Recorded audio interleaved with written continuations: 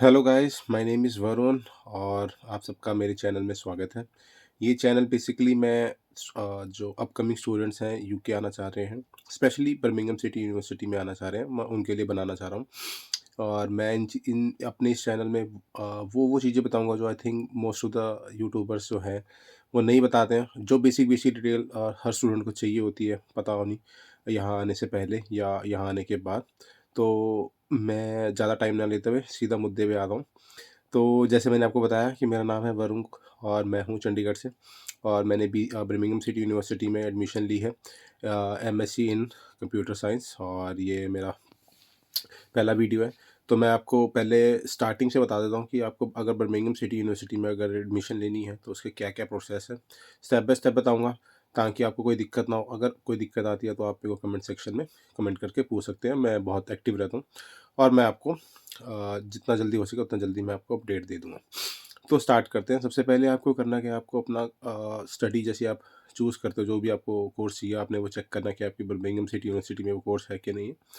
और उसके बाद फिर आपको एक अच्छा कंसल्टेंट चाहिए, जिससे आप अपना फाइलिंग जो है करवाओगे, क्योंकि most of the Birmingham city university के जो कंसल्टेंट्स हैं, जो मतलब बेसिकली जो भी कंसल्टेंट उन्होंने हायर किए हुए हैं या फिर उनके जिनके साथ उनकी अच्छी रेपुटेशन है, तो आप उन्हीं के साथ अप्लाई करें।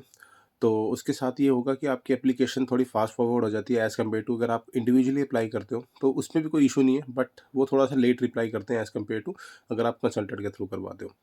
सेकेंडली, आपको कोर्स डिसाइड करने के बाद आपको देखना है कि आप अगर बीएससी के लिए आ रहे हो या एमएससी के लिए आ रहे हो, वो आपको डिसाइड करना है। उसके बाद आपको सबसे पहली चीज़ क्या करनी है, जैसे ही आप अप्लाई करते हो, आपको अगले ही दिन एक नोटिफिकेशन या फिर आपको ईमेल आ जाएगी बर्मिंघम सिटी यूनिवर्सिटी से, और उस पे आपका एप्लीकेशन नंबर लिखा होगा और साथ ही साथ आपको एक लिंक दिया होगा जो कि होगा माई एसआरएस का पोर्टल करके होगा।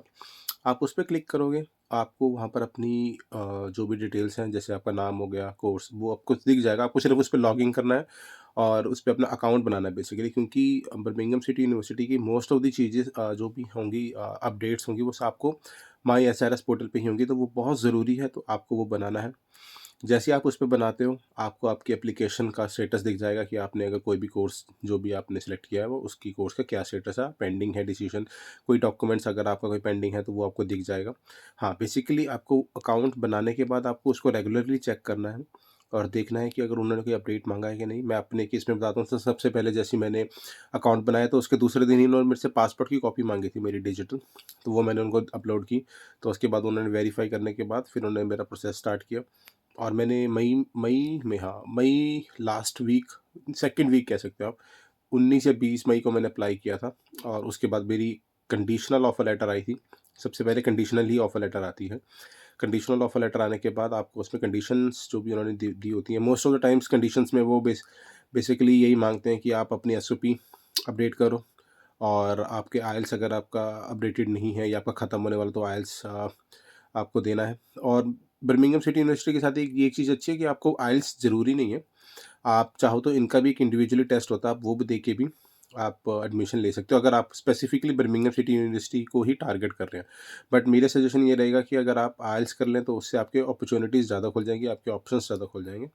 तो ठीक है जी, उसके बाद आपने कंडीशनल में ऑफर लेटर और आपकी डिग्री जो भी आपने लास्ट की होगी, जैसे आपने +2 की है तो आपकी +2 की डीएमसीज़, और अगर आपने बैचलर्स की है तो उसकी डीएमसीज़, अगर आपने मास्टर्स की है तो उसकी बैचलर्स और मास्टर्स की डिग्री की डीएमसीज़ आपको डालनी है। उसके बाद आपने वेट करना है अपने प्रोसेस का, और वो जैसे ही आप उस पे माई एसआरएस पोर्टल पे आप अपडेट कर देते हो, तो वो आपका पेंडिंग वेरिफिकेशन में रहेगा।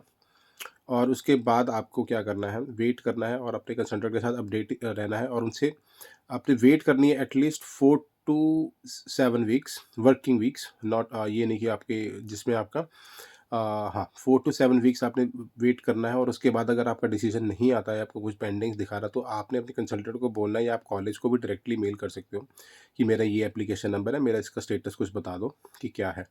ठीक है जी, वो हो गया। आप अगर कंडीशनल आपकी क्लियर हो जाती हैं और सब कुछ आपका सब कुछ ठीक हो जाता है, तो उसके बाद आपको आएगी एक unconditional offer letter.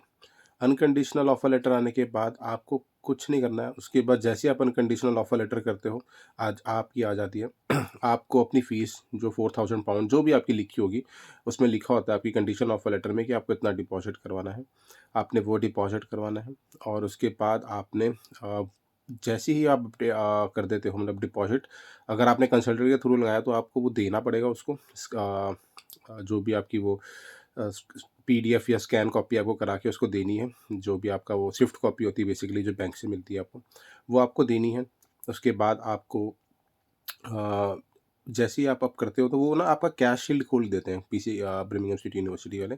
Cash shield खोल देते हैं, उसमें कैश में आपको जितना भी आपने जो भी आपकी डिग्री रही है, जो भी आपके डॉक्यूमेंट्स हैं बेसिकली आपके।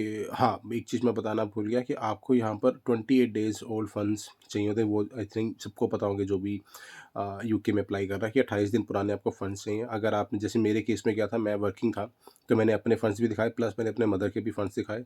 तो अगर आपके मदर आपको या आपके पेरेंट्स आपको सपोर्ट कर रहे हैं तो आपको उनका एक एफिडेविट बना के देना पड़ेगा जिसमें वो कहेंगे कि हाँ जी, हम अपने बच्चे को इतनी-इतनी स्पॉन्सर कर रहे हैं और इसको कोई दिक्कत नहीं रहेगी पैसों पैसों की तरफ से। ठीक है जी, ये हो गया। उसके बाद आपको क्या करना है, सारे डॉक्यूमेंट्स जो भी आपके डीएमसीज़ वगैरह हैं, जो भी आपका है वो आपने कैश शील्ड में डालना है। कैश शीट में डालते डालते रहोगे वो आपका अपडेट होता रहेगा। जैसे ही आपका वो अपडेट होगा, आपको बेसिकली सारे डॉक्यूमेंट्स डालने के बाद जब आप सब कुछ अब डाल दोगे उसके बाद वो कैश का एक इंटरव्यू होता है जो हर यूनिवर्सिटी लेती है। आपको इसमें एक चीज़ अच्छी है बर्मिंघम सिटी यूनिवर्सिटी में कि आप कैश का जो इंटरव्यू है आप खुद से शेड्यूल कर सकते हो। ये आपको खुद नहीं देते हैं, आप खुद अपनी मर्ज़ी से कर सकते हो। जैसे मैंने किया था, जैसे मेरी कैश आई थी फ्राइडे को, तो मैंने मंडे को अप्लाई कर दिया था अपना कैश का इंटरव्यू। और मेरा मंडे को कैश इंटरव्यू था और ट्यूसडे को मेरा कैश मेरे को मंडे मेरा शाम को इंडियन टाइम के हिसाब से 5:30 बजे मेरा इंटरव्यू था और मेरे को 7:30 या 6:30 के आस हाँ 7 बजे के आसपास मेरे को पता लग गया था कि मेरा कैश क्लियर हो गया, इंटरव्यू क्लियर हो गया। और उसके अगले दिन ही उन्होंने मेरे को मेरी कैश शील्ड सॉरी कैश दे दिया था और उसके बाद फिर मैंने सेम डे ही अप्लाई कर दिया था। ठीक है जी, तो ये है छोटी-सी वीडियो मैं आपकी बना रहा हूँ, छोटी-छोटी वीडियोज़ बनाऊँगा ताकि आपको देखने में दिक्कत भी ना हो और कोई अगर परेशानी, कुछ आपको अपडेट चाहिए, कुछ भी, तो मैं आपकी पूरी हेल्प करने की कोशिश करूँगा। ये बेसिकली सिंपल प्रोसेस है। जस्ट इन केस अगर आपको फिर भी लगता है कि यार मेरे को ये चीज़ नहीं पता, ये चीज़ बतानी चाहिए थी, तो आप मुझे बता दीजिएगा। मैं आपको ज़रूर अपने कमेंट सेक्शन के अंदर या फिर मैं अगली वीडियो जो भी बनाऊँगा, उसके अंदर मैं आपको वो चीज़ क्लियर कर दूँगा। सो इसके साथ टाटा बाय-बाय करते हैं और मिलते हैं अगली वीडियो में। बाय-बाय।